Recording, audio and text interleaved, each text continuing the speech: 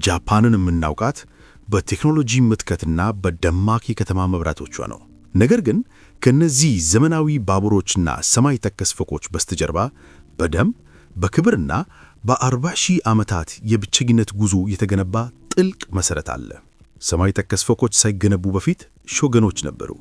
ከተሞች ሳይቆረቆሩ በፊት መለኮታዊውን ነፋስ ተቋቁመው የሰፈሩ ጥንታውያን ነበሩ።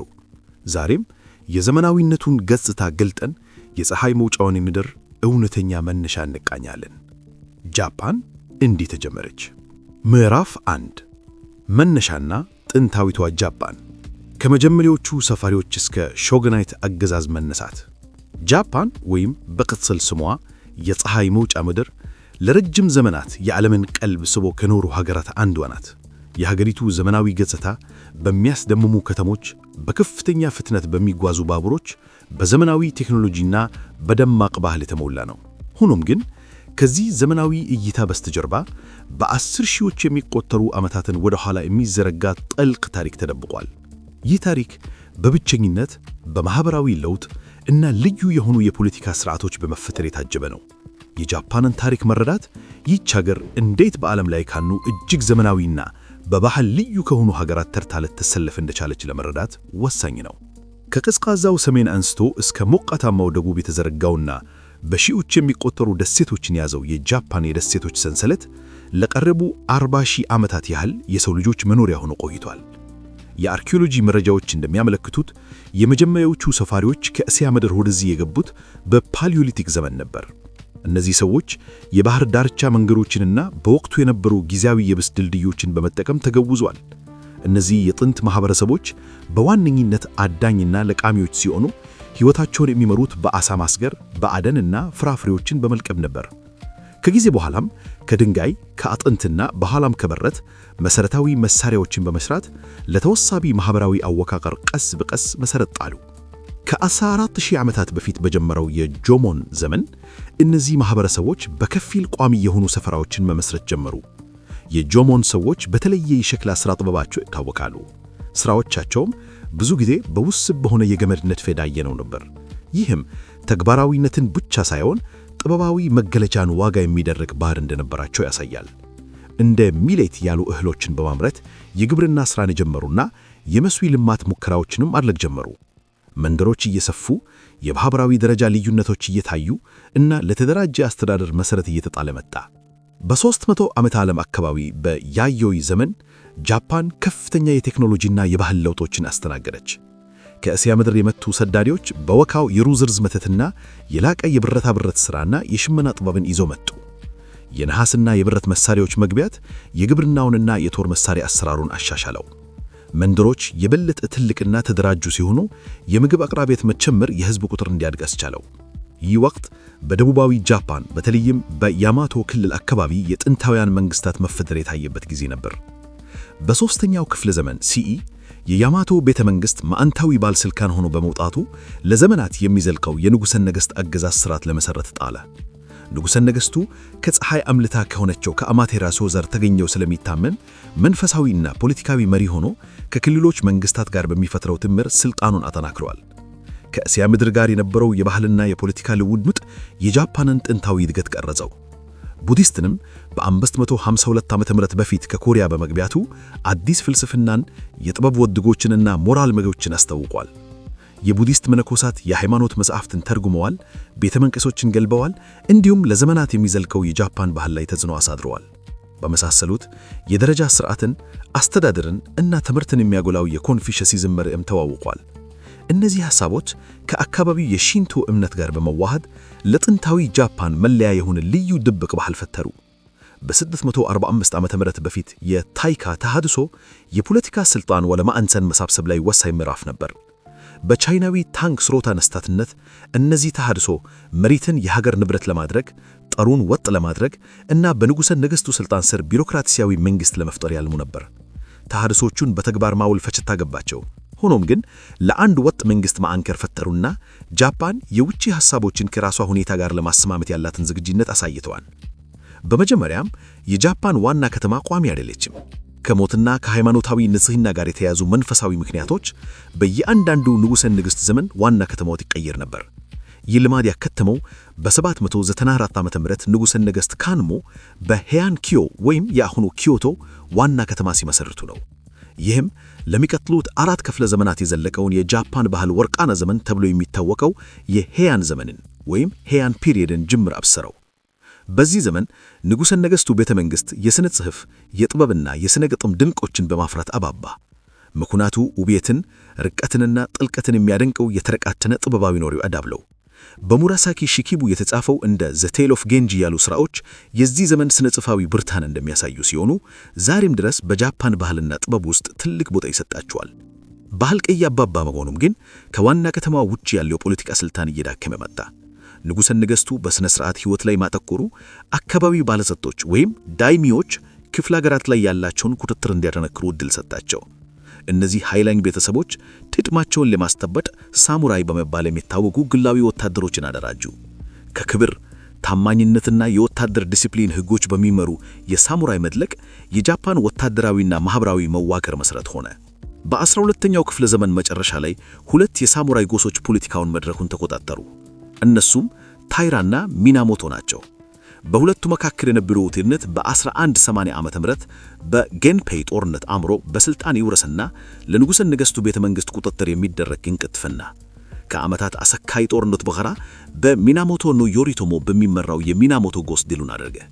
ዮሪቶሞ ንጉሠ ነገሥቱን ከስልጣን ማውረድ እንደፈይደን ከኪዮቶ ቤተ መንግሥት ርቆ በምትገኘው ካማኩራ ውስጥ ሾገናይት የተሰና ወታደራዊ መንግሥት አቋቋመ። በ1192 ዓመተ ምህረት የሾገን ማዕረግ ተሰጥተው የጃፓን ትክክለኛ ገቢ ሆነ። ይህ ሥርዓት ወታደራዊ ሥልጣንን የንጉሠ ነገሥታዊ ሕጋዊነት ጋር በማጠናከር ለሚቀጥሉት 7 ዘመናት የጃፓንን አስተዳደር ወሰነው። የካማኩራ ሾገናይት በ13ኛው ክፍለ ዘመን የመጀመሪያውን ውጫዊ ስጋት አስተናግዷል።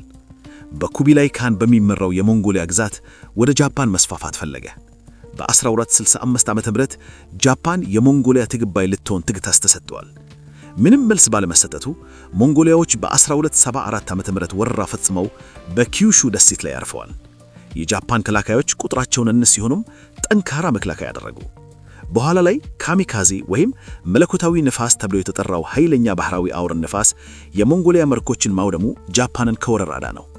በ1281 ዓመተ ምህረት የደረገው ሁለተኛ ወረራም ተመሳሳይ ድል ገጠመው። እነዚህ ክስተቶች በሀገሪቱ ላይ መለኮታዊ ጥበቃ ለሚለውን እውነት ያጠናከሩና የጃፓን ባህላዊ ማንነት ማዕከል በመሆኑ አሉ። ነገር ግን የካማኩራ ሾገናይት የውጭ ፈተናዎችን ገጠመው። የመከላከያ ወጪው የገንዘብ አቅሙን ያዳከመውና ብዙ ሳሙራዮች ክፍያ ስላልተከፈላቸው በወታደራዊው መንግስትና በአካባቢ ጎሶች መካከል ውጥረት ነገሰ። በ1333 ዓመተ ምህረት ንጉሠ ነገሥት ጎዳይጎ የንጉሠ ነገሥቱ ስልጣን ለመመለስ በመሞከሩ ሾገናይቱን ለአጭር ጊዜ ገልብጠዋል። ይህንም አሺካጋ ታይካውጂ የተባለ ሌሪ በ1338 ዓመተ ምህረት ሾገናይቱን ቁጥጥሩን መልሶ በማቋቋሙ የንጉሠ ነገሥቱ ተሐድሶ የቆየው 5 ዓመታት ብቻ ነበር። ሾገኑ ፖለቲካ ስልጣኑን ቢያስመልስም ትክክለኛው ኃይል ግን ከጊዜ ወደ ጊዜ በክንድል ዳይሚዎች እጅ እየገባ መጣ። ይህ ተማካዛሊ የሆነ ሥርዓት የተወሰበ የአልጥባጭና የፉፍልን መርነርን በፈጠረው። ይህም የጃፓን የፖለቲካና ማኅበራዊ አወቃቀር ለትውልዶች ቀረጸው። ከአሺካጋ ታይካውጂ ወደ ስልጣን መምጣቱ በኋላ ባለው ጊዜ የጃፓን ባህል ማደጉን ቀጠለ። መሳለንን፣ ራስን መገዛትንና ቀላልነትን የሚያጎላው የዜን ቡዲዝም ተጽዕኖ እያደገ መጣ። ይህ ፍልስፍናዊ ማዕከል በጥበብ በአትል ገዝና ድንፍ በስነ ጽሑፍና በወታደር ልማዶች ውስጥ ዘልቆ በመግቢያቱ የጃፓን የጥበብ አመለካከት ላይ ዘላቂ አሻራ አሳልፏል። ሾጎናይቱ ፖለቲካዊ ለሆኑ ተከፋፍሎ ይኖርም ለጥበብ ድጋፍ የሚያደርግ ስለነበረ ስነ ጽሑፍና ጥበብ ፍጥረቶች የተበራበሩ። ወታደራዊ ብቃትንና ባህላዊ ምጥቀትን የሚያደንቀው ማህበረሰብን ማንጸባረቅ የሻይ ስነ ስርዓቶች፣ የቀለም ቅባና የኖህ ቲያትር አባበሉ። በዚህ ዘመን የሳሙራይ መድለቅ እንደ ወታደርና አስተዳደር ያለውን ሚና አጠናከረ። መሬትን በማስተዳደር ጠረን በመሰብሰብና ሕግን በማስከበር የጃፓን አስተዳደር ጀርባ አጥንቶ ነው። በተመሳሳይም ጊዜ ንጉሠ ነገሥቱ የሃይማኖት ስነ ስርዓቶችን በመምራት እና ለሀገሪቱ እንደ አንድነት ተምሳሌ በመሆኑ ተምሳሌያዊ ገነቱን አስከትሏል። በወታደራዊ ስልጣንና በንጉሠ ነገሥታዊ ወደብ መካከል የነበረው የትግግጥ የፖለቲካውን መልካም አገማደን ወስኗል። ለሚቀጥሉት ትግሎችና በመጨረሻም በቶኩጋዋ ሾጉናይት ስር የሚመጣው የተመጣጠነ አገዛዝ መደላደል ፈጥረዋል። የጥንታዊ ጃፓን እድገት የሚያሳየው የውጪ ሐሳቦችን የተቀበለች ልዩ ባህል የደደዘችና ውስብ ፖለቲካ ስርዓቶችን የገነባች ሀገርን ታሪክ ነው። ከመጀመሪያዎቹ ሰፋሪዎች እስከ ሾጉናይት መነሳት ድረስ የጃፓን የጥንት ታሪክ የጽንዓት፣ የፈጠራ እና የለውጥ ታሪክ ነው። ዛሬ ለምናውቃት ጃፓን መሠረት የጣለው ታሪክ ነው። አስደናቂ ባህላዊ ስኬት፣ ፖለቲካዊ መላመድና ማኅበራዊ ኅብረት ያላት ጠንካራ ሀገር። ምዕራፍ 2 ፊውዳላዊት ጃፓንና የነጠላነት ዘመን ከሴንጎኩ እስከ ቶኩጋዋ። በዓም 1338 የአሺካጋ ሾግኔት የወታደራዊ አስተዳደር ከተመሠረተ በኋላ ጃፓን በባህላዊ ብልጽግናና በፖለቲካዊ መከፋፈል ወደሚታወቅበት አዲስ ዘመን ገባች። ምንም እንኳን ሾገኑ የበላይ ወታደራዊ መሪው ስምነግ ሥልጣን ቢኖረውም ትክክለኛው ኃይል ግን ግዛቶቻቸውን በሰፊ ነፃነት በሚያስተዳድሩት ዳይሚዮ በተባሉ የአካባቢ ጌቶች እጅ ነበር።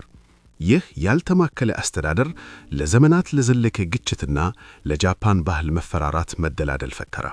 በቁጥር ስፍር ለሌላቸው ፊውዳላዊት ግዛቶች የተከፋፈለችው ሀገሪቱ በተፎካካሪ ፍላጎቶች በህብረትና በባላጋራነት የተሞላች ውስብስብ ስፍራ ነበረች። በ15ኛው ክፍለ ዘመን አጋማሽ ላይ በዳይሜዎች መካከል የነበረው ውጥረት ወደ ኦኒን ጦርነት 1267-1277 አመራ። ግጭቱ የጀመረው በአሺካጋ ሾግኔት የስልጣን ተተካይነት ጥያቄ ቢሆንም በፍጥነት ወደ አገር አቀፍ የእርስ በርስ ጦርነት ተቀየረ። የንጉሠ ነገሥቱ መዲና ኪዮቶ ፈራረሰች።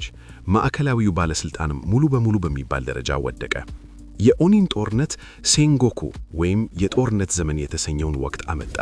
ይህ ጊዜ የማያቋርጥ ጦርነት፣ የፖለቲካ ሴራና የማኅበራዊ ቀውስ ወቅት ነበረ። ከአንድ ምዕተ ዓመት በላይ ጃፓን ዳይሜዎች ሰራዊት ሲገነቡ፣ ምሽግ ሲያጠናክሩ፣ በዲፕሎማሲም ሆነ በኃይል ግዛታቸውን ለማስፋት ሲጥሩ የሚለዋወጥ ታማኝነት መድረክ ሆና ቆየች። በዚህ ሁከት መካከል ወታደራዊ ፍጥነትና ስትራቴጂያዊ ለውጥ እጅግ አስደናቂ ነበር።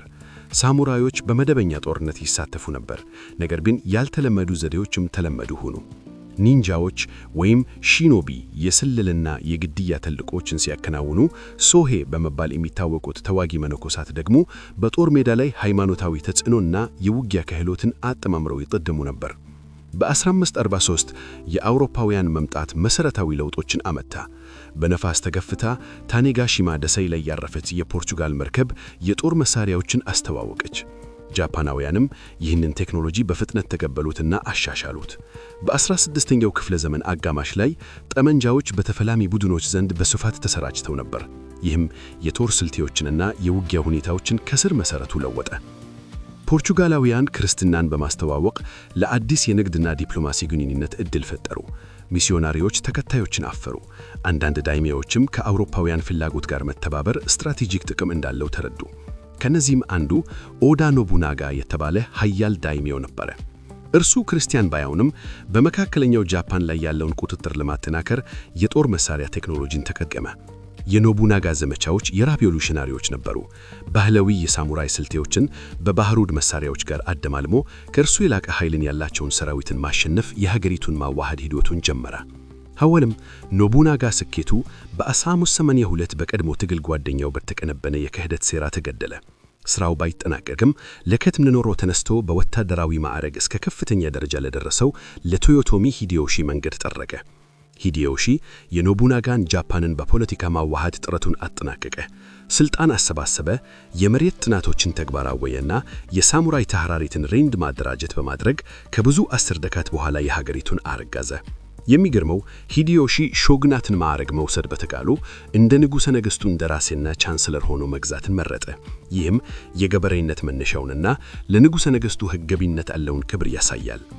የሂዴዮሺ በ1588 መሞት የሥልጣን ተተካይነት ጥያቄን እንደገና አስነሳ። ወራሹ ቶዮቶሚ ሂዴዮሪ ገና ሕፃን ስለነበረ 5 የሂዴዮሺ ታማኝ ጀነራሎች ለወራሹ ታማኝነታቸውን ቃል የገቡበት ጥንቃቄ የተሞላ ስምምነት ተደረገ። ይህ ያልተማመነ ስምምነት ብዙም ሳይቆይ ፈረሰ፣ ወደ ግልጽ ግጭት አመራ። በ16 ቁም የተደረገው ወሳኙ የሴኪጋሃራ ጦርነት ትግሉን ወደ ፍጻሜው አደረሰው። ከሂዴዮሺ ቀድሞ ትግል ጓደኞች የነበሩት አንዱ ቶኩጋዋ ኢያሱ ተቃራኒ ወገኖችን በማሸነፍ በጃፓን ላይ በላይነቱን አረጋገጠ። በ1603 ቶኩጋዋ ኢያሱ ሾጉን ተብሎ ተሾመ። በዚህም የቶኩጋዋ ሾግኔት ተመሠረተ። ይህ ለ268 ዓመት ለዘለቀው አስደናቂ የሰላምና የብልጽግና ፒን ነበረውን ወቅት የኤዶ ዘመኑን አበሰረ። ኤዶ የአሁኗ ቶኪዮ የአስተዳደር ማዕከል ሲሆን ንጉሠ ነገሥቱ በኪዮቶ በመቆየት የክብርና መንፈሳዊ ሥልጣኑን ይዞ ቀጠለ። የቶኩጋዋ ሾግኔት አመፅን ለመከላከልና ስርዓትን ለማጠባበር ጠንካራ የማህበራዊ ተሐራሪቶች፣ የሕግ ድንጋጌዎችና ፖሊሲዎችን ተግባር አወየ። ማህበረሰቡ ሳሙራዮች፣ ገበሬዎች፣ የእጅ ጥበብ ሰራተኞችና ነጋዴዎች ተብሎ በግልጽ የተቀመጡ ሚናዎችና ኃላፊነቶች ያሉ ወደ 4 ዋና መዳለሶች ተከፈለ። የቶኩጋዋ ሾግኔት የወሰደው አንዱ ወሳኝ እርምጃ ሳኮኩ ወይም የብሔራዊ ነጠላነት ፖሊሲ ነበረ። በ1638 ተግባራዊ የሆነው ይህ ፖሊሲ ጃፓንን ከሞዓላምን ነገሮች የውጭ ግንኙነት ዘጋ። ንግድ ከቻይና ከኮሪያና በናጋሳኪ ደሴት ላይ የሚገኘው ብቸኛው የደች ጦገዳር መቃይጥ ያለሳደለት ተወሰነ። ጃፓናውያን ወደ ውጭ ሀገር እንጓመኑ ተከለከሉ። ተመልሰው የሚመርቱት ደግሞ ከባድ ቅጣት ይጠብቃቸዋል።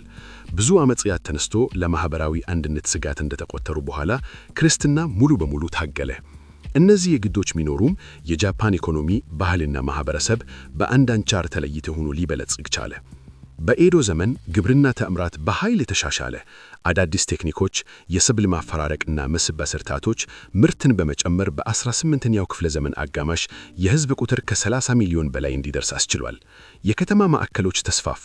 በተለይ ኤዶ በወቅቱ ከኦሳካና ከኪዮቶ ጎን ለጎን በዓለም ላይ ያሉ ከትልልቅ ከተሞች አንዷ ሆነች። መንገዶች፣ ቦናዎችና ትራንስፖርት ስርካዎች ንግድና ከክልሎች ጋር ግንኙነትን በማቅለል ክልሎችን በማገናኘት የኢኮኖሚ ውህድን ፈጠሩ። ማርኬቶች ደመቅመቁ አሉ። ነገር ግን ማህበረሰቡ በተበቀ ተሐራሪት ቢመራትም የነጋዴው መዳለች ተጭኖ እያደገ ነበረ። በኤዶ ዘመን አንጻራዊ ሰላም ቀላ ያለው ነበረ። ባህል ሕይወት አበባ። የቶዮቶሚ ዘመን በጠጣነትና ለግንኙነት አዲስ የሆነው ለእድገት ከዘጋኔ በኤዶ ዘመን አንጻራዊ ሰላም ቀላ ያለው ነበረ። ባህል ሕይወት አበባ። የካቡኪ ቲያትር፣ የኡኪዮ የብንገትለጣን ጽሑፈቶች፣ የሃይኩ ግጥሞችና የሻይ ስነ ስርዓቶች ተሻሽለው ከፍተኛ ደረጃ ደረሱ። ከማያቋርጥ ጦርነት ከተላጉ ሳሙራዮች ለባህል፣ ለትምህርትና ለአስተዳደር ደጋፊዎች ሆኑ። ትምህርት ቤቶች ተመስርተው የማንበብና የመጻፍ ሂደት ተሻሻለ። የኮንፊሸስ መራዊዎች የሞራልና የዜግነት ትምህርትን መሩ። ስምምነትን፣ ቀላልነትንና ንቃትነትን የሚያጎላውን የዜን ዋልነት፣ አትርቶችን፣ ስነ ህንጻና የኪነ ጥበብ አገላለጾችን ቀረጸ።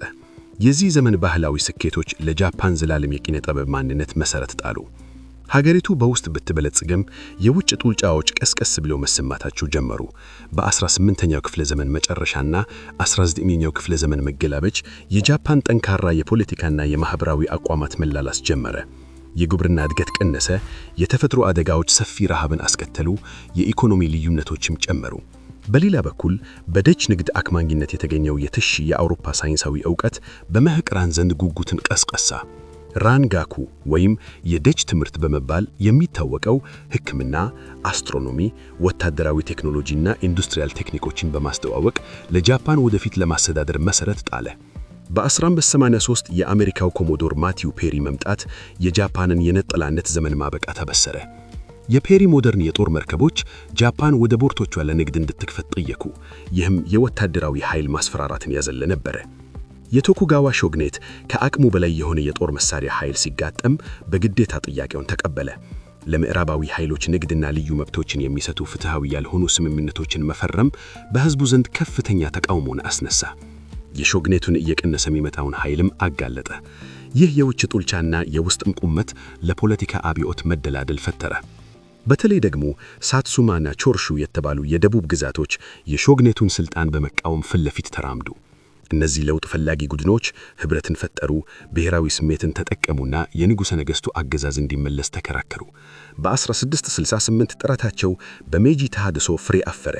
ሾግኔቱ ተወገደና ንጉሠ ነገሥት ሜጂ የላቀ ፖለቲካዊ ስልጣኑን ሬንድማ ቆጠበ። ኤዶ ቶኪዮ ተብላ ተሰየመች። የንጉሠ ነገሥቱ ቤተ መንግሥትም ወዳዛው መንገድ ተደረገ። ይህ ጃፓንን መደርንነት፣ ኢንዱስትሪና ብሔራዊ አንድነት የምትከተልበት አዲስ ዘመን አበሰረ። አሁንም የቶኩጋዋ ሾግኔት ትርዋፍ እጅግ ጥልቅ ነበረ። የሰላምና የብልጽግና ፖሊሲዎች ጃፓንን ለዘመናዊ ፈተናዎች አዘጋጅተዋት ነበረ። የተማከለና ስነ ስርዓት ያለው አስተዳደር ከተጠናከረ ማህበራዊ አቋምና በበልጸገ ባህል ጋር ተደናጅቶ የሜጂ መንግስት ከምዕራባዊ ኃይሎች ጋር መኮዳደር የሚችለውን ዘመናዊ ሀገር ለመግባት የሚያስችለውን መሰረት ሰጥተዋታል። የኤዶ ዘመን ጃፓን ከባድ ለውጦች ቢጋጠሟትም የውስጥ ሰላምንና ባህላዊ ማንነታቸውን መጠበቅ እንደምትችል አሳይታለች። ይህም ለ19ኛው ክፍለ ዘመን መገላበጭ ላቀና ፈጣን ለውጥ መንገድ ጠሪ ነበረ።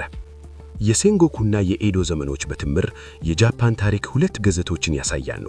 ይህም አስደናቂ የባህል ስኬት ማሳካት የምትችልና ነገር ግን በግጭትና በመለማመድ የተገለጸች ሀገር መሆኗን ነው። ከፊውዳላዊ ጦር ምስቅል ተነስቶ ወደ ቶኩጋዋ ሾግኔት ስነ ስርዓታዊ አስተዳደር ድረስ የጃፓን ጉዞ የጽንዓት፣ የስትራቴጂያዊ ብልጭነትና ለዘመናዊውን ለመዳደር ነበረው ቀዝቃዛ ዝግጅት ታሪክ ነው። በ19ኛው ክፍለ ዘመን መገላበጭ ጃፓን ከዘመናት የነጠላነት ኑሮ ወጥታ ወደ ዓለም ኃይልነት ለመሸጋገር ተዘጋጅታ በታሪክ መሰል መስመር ላይ ቆማለች። ምዕራፍ 3 ዘመናዊነት፣ መስፋፋት፣ ጦርነትና መልሶ ግንባታ። ጃፓን በዓለም አቀፍ መድረክ 1868ቱ የሜጂ ተሃድሶ በጃፓን ታሪክ ውስጥ ትልቅና ጥልቅ የሆነ የመለወጫ ምዕራፍ ነበር። ከሁለት ተኩል ምዕተ ዓመታት በላይ በቶኩጋዋ ሾግኔት አገዛዝ ስር ከነበረችበት የነጠላነት አይሶሌሽን ቆይታ በኋላ ጃፓን ታላቅ የሆነ የዘመናዊነት የማዕከላዊ አስተዳደርና የኢንዱስትሪ ጉዞ ጀመረች። ይህ ተሃድሶ ለዘመናት የቆየውን የሾግኔት አገዛዝ በማፍረስ የፖለቲካ ሥልጣንን ለንጉሠ ነገሥቱ መለሰ። እንዲሁም ጃፓንን ከምዕራባውያን ኃያላን ጋር እኩል መቆም ወደምትችል ዘመናዊና ተወዳዳሪ ሀገር ለመቀየር ቆርጦ የተነሳ መንግሥትን አቋቋመ። ይህ ዘመን የጃፓንን ህብረተሰብ፣ ኢኮኖሚ፣ ጦር እና የውጭ ግንኙነት ፖሊሲ እንደገና የሚገልጽ ነበር። አዲሱ የሜጂ መንግሥት በሁሉም ዘርፎች ለዘመናዊነት ቅድሚያ ሰጠ።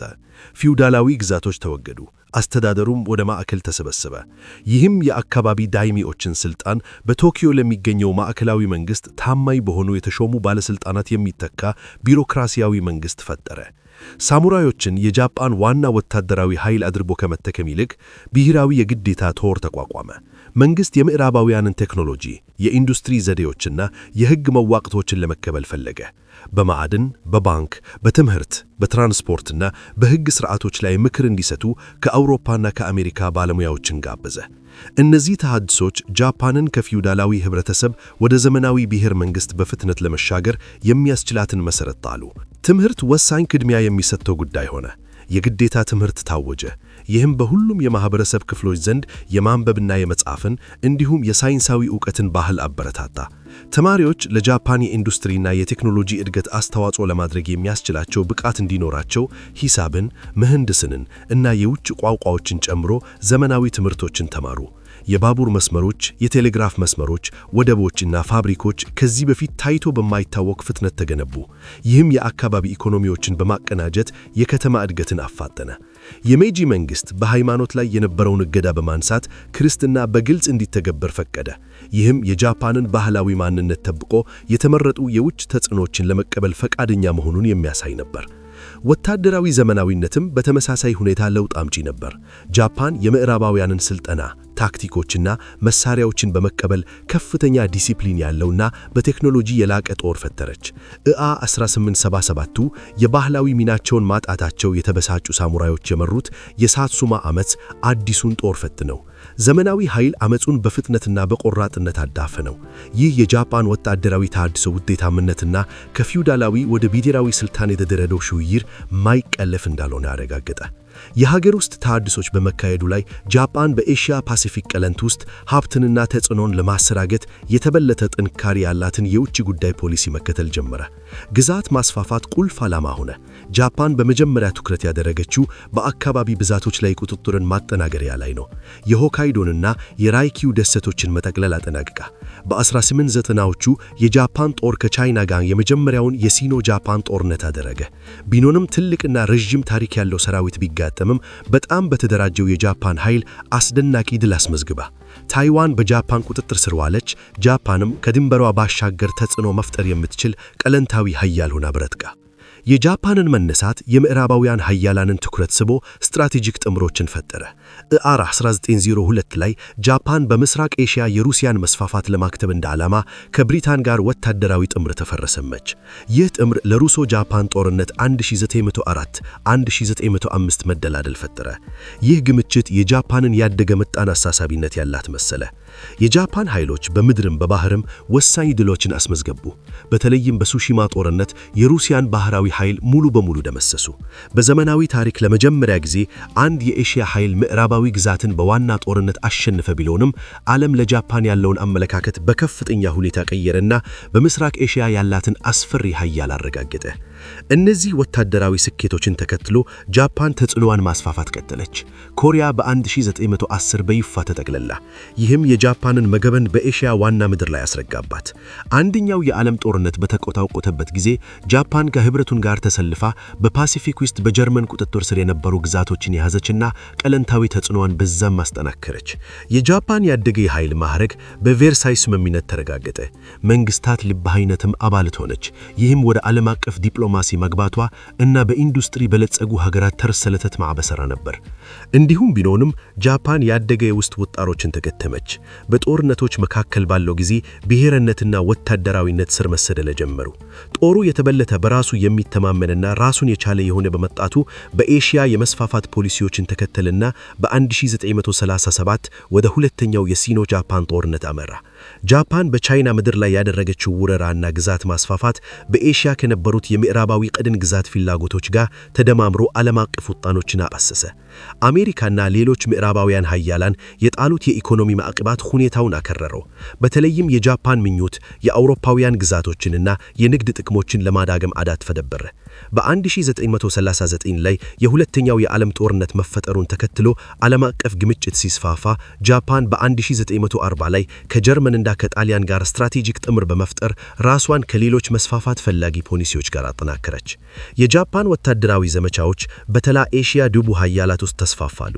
ፊሊፒኖች፣ ማሊያን፣ ሆንግ ኮንግ፣ ሲንጋፖር፣ በርማን እና የደች ምስራቅ ህንድ ኢንዶኔዥያን ቁጥጥር ስር አዋሉ። የጃፓን መንግስት በኤሽያ ፓሲፊክ አዲስ ስርዓት ለመፍጠር ፈለገ። ይህም ቀለንቱን ኢኮኖሚያዊ፣ ፖለቲካዊና ወታደራዊ ለመቆጣጠር ዓላማ ያደረገ። ሆኖም ቢሆን እነዚህ ድርጊቶች የህብረት ኃይሎችን ሙሉ ትኩረት ሳቡ። በአንድ ወሳኝና ድንገት እርምጃ ጃፓን በሃዋይ ሰፈር የነበረውን የአሜሪካን የባህር ኃይል ኢላማ በማድረግ በታህሳስ 7 ዲሰምበር ላይ በፐርል ሃርበር ጥቃት ሰነዘች። ይህ ጥቃት አሜሪካን ወደ ሁለተኛው የዓለም ጦርነት እንድትገባ እና በፓሲፊክ ኦቂያኖስ ላይ ረጅምና አሰቃይ ግምችት እንዲጀምር አደረገ። የጃፓን ኃይሎች በመጀመሪያ በፍጥነት በመግባታቸው ሰፊ ግዛቶችን የያዘና የመከላከያ ቀለንት አስቋቋሙ። የአሜሪካን በሚመራው የህብረት ኃይል ግዛቶችን ለመመለስና በጃፓን ዋና ደሴቶች ላይ ጥቃት ለመሰንዘር የሚያስችኑ አየር ማረፊያዎችን ለመቆጣጠር ከደሴት ወደ ደሴት መዘለል ዘመቻዎችን አካሄደ። በጓዳልካናል፣ ኢዋጂማ እና ኦኪናዋ ላይ የተደረጉ ከባድ ጦርነቶች የግምጭቱ ከፍተኛ ሰብአዊና ማቴሪያል ዋጋ ሳዩ። እንዲሁም ቢሆንም የጃፓን አቋም ከጊዜ ወደ ጊዜ እየተዳከመ መጣ። መደባበሩ ጦርነት ከፍተኛ ዋጋ የሚያስከፍልና የዘገየ በመሆኑ አሜሪካ አዲስና አውዳሚ ቴክኖሎጂ ለመጠቀም ተገደደች። 6 እና 9 ነሐስ 1945 ላይ በሂሮሺማና በናጋሳኪ ላይ አቶሚክ ቦምቦች ተጣሉ። ይህ ታይቶ በማይታወቅ ውዳሜ ያደረሰና ከ110,000 በላይ ሕይወት ቀጠፈ። ይህ ታይቶ በማይታወቅ ውዳሜ ጃፓንን እንድትሰደድ አደረገ። 14 ነሐስ ላይ 1945 የጃፓን መንግስት ውሳኔውን ለህብረት ኃይሎች አሳወቀ። ንጉሠ ነገሥቱ ሂሮሺማ በሚቀጥለው ቀን በሬዲዮ እጅን ሰጥተዋል በይፋ ወጫወቁ። ይህም በፓሲፊክ ለነበረው ሁለተኛው የዓለም ጦርነት በይፋ አበቃ። ከጦርነቱ በኋላ የነበረው ጊዜ ለጃፓን የለውጥ ዘመን አመጣ። ሀገሪቱ በጀነራል ዳግላስ ማካርተር በሚመራው የህብረት ኃይል ቁጥጥር ስር ወደቀች። የአስተዳደር ባለስልጣናት ወታደራዊነትን ለማስወገድ፣ ዲሞክራሲን ለማስፈንና ማህበረሰብ መልሶ ግንባታን ለማከናወን ያላቸውን ሰፊ ተሐድሶች ተገበሩ። የጃፓን ጦር ተበተነና የፖለቲካ ስልጣን እንደገና ተዋቀረ። እንዲሁም አዲስ ህግ መንግስት ዲሞክራቲክ አስተዳደርን አስገደበ።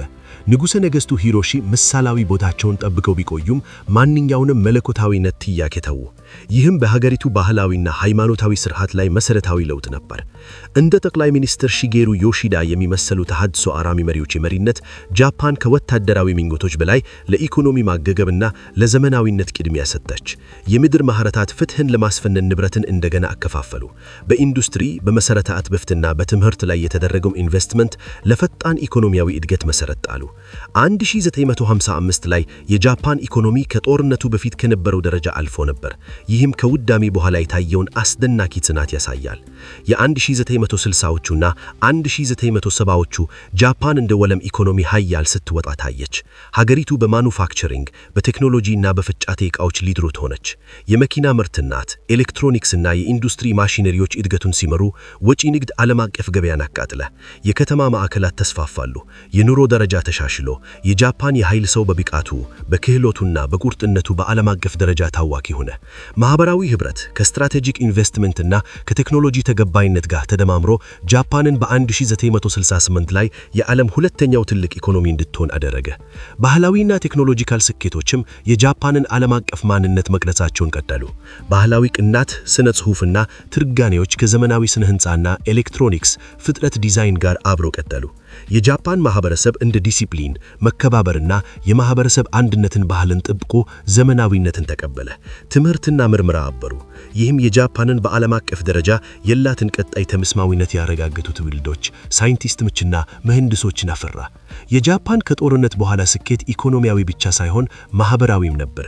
የጤና አጠባበቅ መሻሻሎች፣ የህዝብ ንጽህናና የላቀ መሰረተ አጥብፍቶች በዓለም አቀፍ ደረጃ ከፍተኛ መኖር ተስፋ ሊኖራት አስተዋጽኦ አደረጉ። ማህበራዊ ፖሊሲዎች የጾታ እኩልነትን፣ ትምህርትና የቴክኖሎጂ ዕውቀትን አበረታቱ።